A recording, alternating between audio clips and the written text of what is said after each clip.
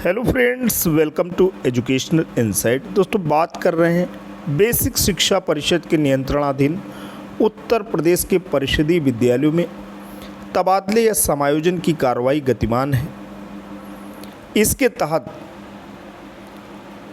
ऐसे विद्यालय जहां पे छात्र संख्या कम है लेकिन शिक्षक ज़्यादा हैं, उन शिक्षकों को समायोजित किया जाएगा, पदस्थापित किया जाएगा ऐसे स्कूलों की ओर जहाँ पे बच्चे ज़्यादा हैं लेकिन शिक्षक कम हैं। अब ये पूरी की पूरी कार्रवाई 19 जुलाई वर्ष 2024 तक दोस्तों हो जानी है। अभी किसी भी प्रकार का जो आवश्यकता वाले विद्यालय और शिक्षकों के अधिक वाले विद्यालय, इस प्रकार का किसी भी प्रकार का लिस्ट आया नहीं है। इसी कारण से शिक्षकों में ऊहापोह दोस्तों बना हुआ है।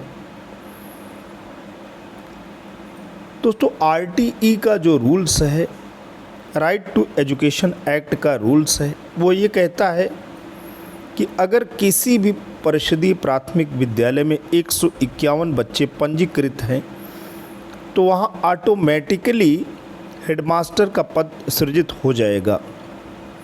और ऐसे ही अपर प्राइमरी स्कूल या मिडिल स्कूल में अगर 100 बच्चे पंजीकृत हैं तो वहाँ पे पूर्णकालिक प्रधानाध्यापक का पद सृजित हो जाएगा। लेकिन इसी के तहत समय समय पे आदेश निकलते रहे हैं। उसी के तहत एक आदेश है जो कि पुराना है, उसमें ये बात कही गई है कि अगर किसी स्कूल में ऑलरेडी हेड टीचर पदस्थापित हुआ है, उसका पदोन्नति के फलस्वरूप वहाँ पे वो गया हुआ है और वहाँ पे बच्चों की संख्या 150 से नीचे है, 151 से नीचे है और समायोजन का बात हो रहा है, तो क्या इसका मतलब ये है कि वहाँ पे मौजूद सारे शिक्षक समायोजित हो जाएंगे? दोस्तों, ऐसा नहीं है।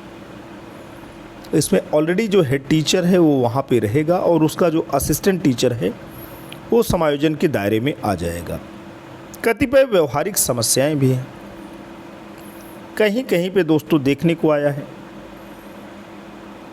कि कुछ शिक्षक जिला परियोजना कार्यालय में एकेडमिक रिसोर्स पर्सन हो गए, स्टेट रिसोर्स ग्रुप के सम्मानित सदस्य हो गए और वहाँ ऑलरेडी टीचर नहीं थे उनके स्कूल में। बाद में शिक्षकों की भर्ती हुई, 69,000 शिक्षक भर्ती, वहाँ पे शिक्षक या शिक्षिका भाई बहन गए और वहाँ पे एकल विद्यालय जैसी स्थिति है, यानी एक शिक्षक विद्यालय को चला रहा है।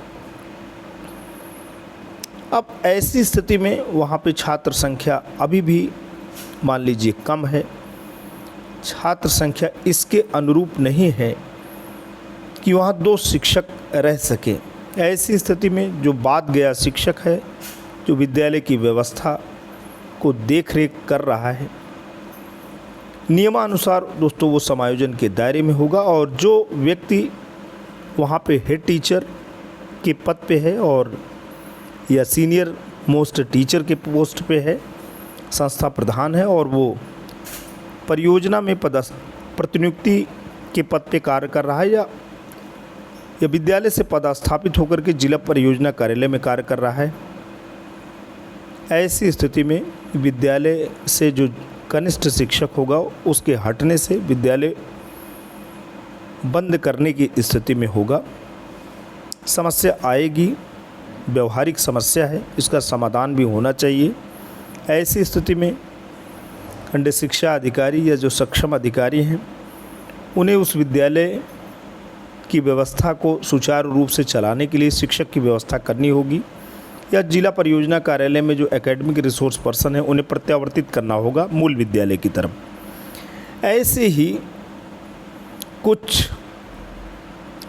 जो समस्याएं हैं वो दोस्तों आएंगी। ये व्यवहारिक समस्याएं हैं, इन व्यवहारिक समस्याओं का समाधान बहुत ही ज़रूरी है। अभी जो हम बात कर रहे थे कि हेडमास्टर का नहीं होगा समायोजन, आइए ये आदेश ऑलरेडी निकला हुआ था, उसी आदेश की कुछ लाइनें दोस्तों ली गई हैं जो आपके सामने दोस्तों प्रस्तुत करते हैं। दोस्तों चैनल पर नए हैं, पहली बार विजिट कर रहे हैं तो प्लीज़ सब्सक्राइब कर लें। हम आपके लिए ऐसे ही ज्ञानवर्धक वीडियोस लाते रहते हैं जिनका पूरा का पूरा मर्म, जिनका पूरा का पूरा केंद्र बिंदु, जिनका पूरा का पूरा विषय शैक्षिक रहता है। तो अगर आप एजुकेशनल इनसाइट पे अभी भी नए हैं तो बिल्कुल चैनल को सब्सक्राइब कर लें। बिना देर किए आते हैं उस आदेश पे। दोस्तों जैसे कि आप देख पा रहे हैं, निःशुल्क एवं अनिवार्य बाल शिक्षा अधिकार अधिनियम 2011 का पार्ट 6 धारा 21 वो ये बताता है कि अगर 151 शिक्षक हैं, 151 बच्चे हैं, विद्यार्थी हैं, पीपल हैं, तो वहाँ पे एक हेड टीचर पूर्णकालिक हो जाता है, उसका पद सृजित हो जाता है।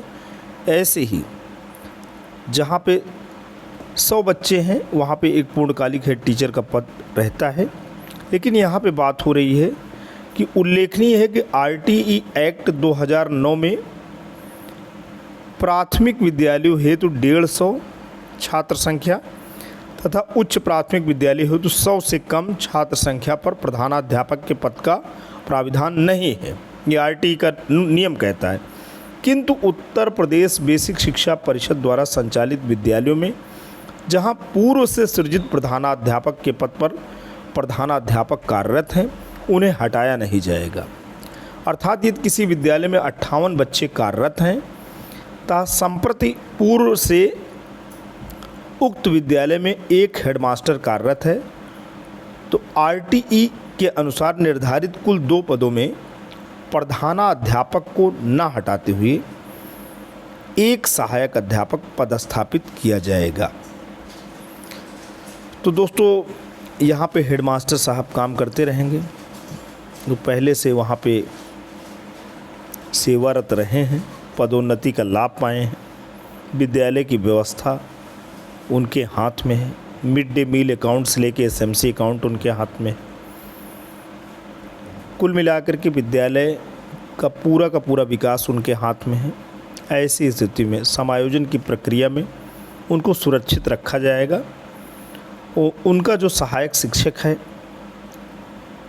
जो विद्यालय व्यवस्था के इतर बच्चों की शैक्षणिक और गुणात्मक उन्नयन हेतु कार्य कर रहा है, उसको इस समायोजन के दायरे में ला करके बच्चे कम हैं तो अन्यत्र विद्यालय में पदस्थापित किया जाएगा।